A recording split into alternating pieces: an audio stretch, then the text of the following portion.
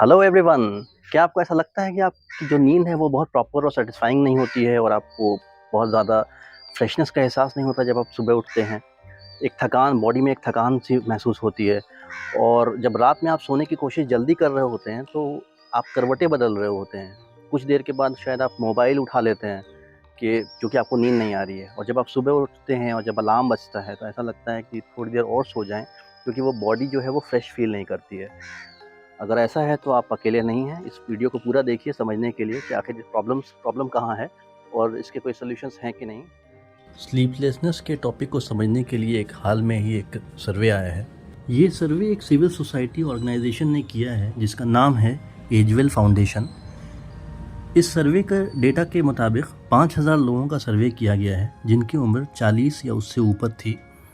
45% की उम्र जो थी वो 40 से 64 साल के बीच की थी और 55% लोगों की उम्र 65 या उसके ऊपर की थी। इस सर्वे में ये सामने आया है कि 3488 यानी 70% लोग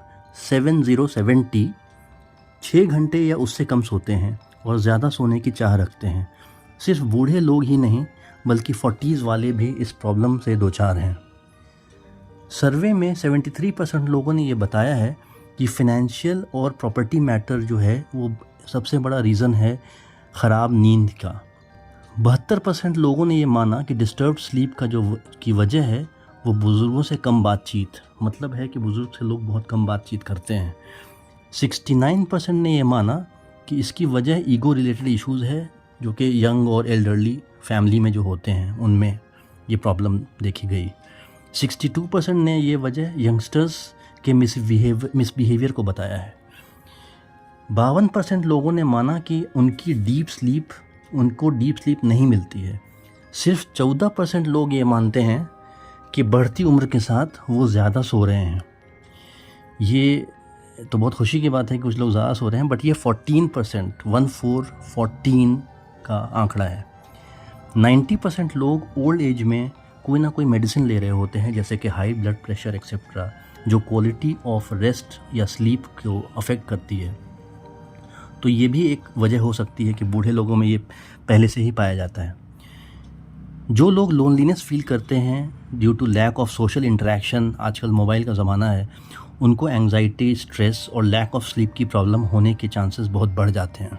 स्लीपलेसनेस या प्रॉपर नींद ना आना जो कि यंगस्टर्स में बहुत तेज़ी से बढ़ रहा है, आखिर इसकी वजह क्या है? डॉक्टर इसके बारे में क्या कहते हैं? ये हमने जानने की कोशिश की। हमने पूछा ये सवाल डॉक्टर गौहर आज़ाद से, जो एक मशहूर फिजिशियन हैं। आइए सुनते हैं उन्होंने इसके बारे में क्या रोशनी डाली।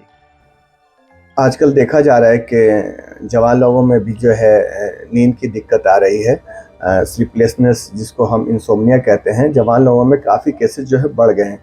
इसकी वजह है कि एंजाइटी जो जॉब को लेके इनसिक्योरिटी है, या पढ़ाई को लेके कुछ एंजाइटी है, या नए रिलेशनशिप में है, या उनकी नई शादी हुई है जो अपनी ज़िंदगी को किसी के साथ शुरू कर रहे हैं, उसको लेके उनको बहुत एंजाइटी रहती है, जिसके वजह से उनको जो है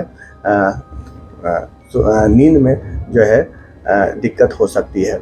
दूसरा सवाल जो हमने डॉक्टर गौहर आज़ाद से पूछा वो ये था कि आखिर ये प्रॉब्लम का सलूशन क्या है? कैसे लोग अपने पैटर्न को चेंज करें, स्लीपिंग पैटर्न्स को या लाइफ़स्टाइल को चेंज करें, जिससे ये प्रॉब्लम सॉल्व हो, उनका कुछ सलूशन मिले और वो बेटर स्लीप की तरफ बढ़ें, बेटर फ़ील करें।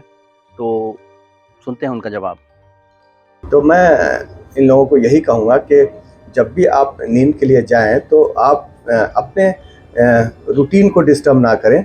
स्ट्रेस वगैरह जो है ये चीज़ दुनिया में बढ़ती है, कम नहीं होती है। इसका मैनेजमेंट हमें आना चाहिए। जो काम है, जिम्मेदारियां हैं जो बढ़ती रहेंगी। जैसे आप बैचलर होते हैं तो आपकी एक इंसान की जिम्मेदारी है, जब आप शादी करते हैं तो आप स्पाउस की जिम्मेदारी है, उसके बाद बच्चों की जिम्मेदारी है। तो ये जिम्मेदारियां बढ़ेंगी और जैसे जैसे आप बड़े पोस्ट पे जाएंगे, तो पहले आप खुद को देख रहे थे एक सीनियर के अंडर में, कल आप खुद सीनियर बनेंगे तो 4 इंसानों को अपने नीचे देखेंगे, कभी 40 इंसानों को भी अपने नीचे देखेंगे। तो ये सब जिम्मेदारियां आपकी बढ़ेंगी, पर आपको मैनेजमेंट आना चाहिए। मैनेज करने का सबसे अच्छा तरीका है कि पहले तो आप जो आपकी रूटीन है उसको एक्सक्यूज़ ना दे कि मेरे पास वक्त नहीं मिलता। आप सवेर उठें और एक्सरसाइज करें, और थोड़ी देर के लिए करें पर एक्सरसाइज करें, और नियमित रूप से जो है आप नहाएं। प्रॉपर खाना लें और अपने लाइफ स्टाइल पे ध्यान देना पड़ेगा। जो अगर आप स्मोक करते हैं या अल्कोहल लेते हैं, उसे हमें रिड्यूस करना पड़ेगा, उसे या बल्कि कहें अपने जीवन से हटाना पड़ेगा। और जो स्ट्रेसफुल बात है, जो आर्गुमेंट है, जो ऑफिस में करते हैं, दोस्तों में करते हैं, जो डिबेट करते हैं जिससे आपको खामोखा स्ट्रेस आ जाता है, या कोई न्यूज़ को आप डिस्कस करते हैं, उसको आप अवॉइड करें, है ना। अननेसेसरी जिस न्यूज़ से, समाचार से आपको मतलब नहीं है, उसका स्ट्रेस आप अपने घर पे लेके आते हैं, अपनी चर्चाओं में लेके आते हैं, तो उसे भी हमें अवॉइड करना चाहिए। और जो रूम का इन्वायरमेंट है, जैसे प्रॉपर एयरली हो, बिस्तर बिल्कुल साफ़ हो।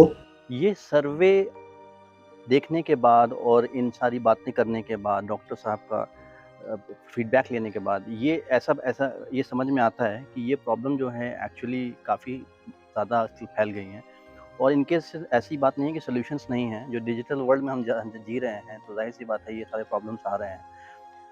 तो आखिर क्या किया जा सकता है? तो बेसिकली जो कुछ पॉइंट्स जो बहुत ही उभर के सामने आ रहे हैं, ये एक तो पहला ये है कि फाइनेंशियल इश्यूज़ जो हैं ये काफ़ी ज़्यादा हिट करते हैं लोगों को, ego issues and all those things. तो करना क्या है, तो सबसे इम्पोर्टेंट है स्ट्रेस मैनेजमेंट पे बहुत ज़्यादा ध्यान देना है। स्ट्रेस तो आएगा, जैसे ज़िंदगी बढ़ती है, ज़िम्मेदारियाँ बढ़ती हैं, स्ट्रेस बढ़ता है, तो उसके लिए मैनेजमेंट करना पड़ेगा। उसके लिए क्या करना है, आप मेडिटेशन कीजिए, पॉज़िटिव किताबें पढ़िए और बाहर घूमिए, पार्क्स में जाइए, आसमान का नज़ारा देखिए, चिड़िया की चहचहाहट को फ़ील कीजिए। तो बेसिकली क्या होगा उससे कि आपके जो हार्मोन्स, अच्छे हार्मोन्स हैं, वो प्रोड्यूस होंगे और आपको अच्छी फ़ीलिंग आएगी। दूसरा इम्पोर्टेंट बात ये है कि फ़िज़िकली बहुत ज़्यादा एक्टिव रहिए।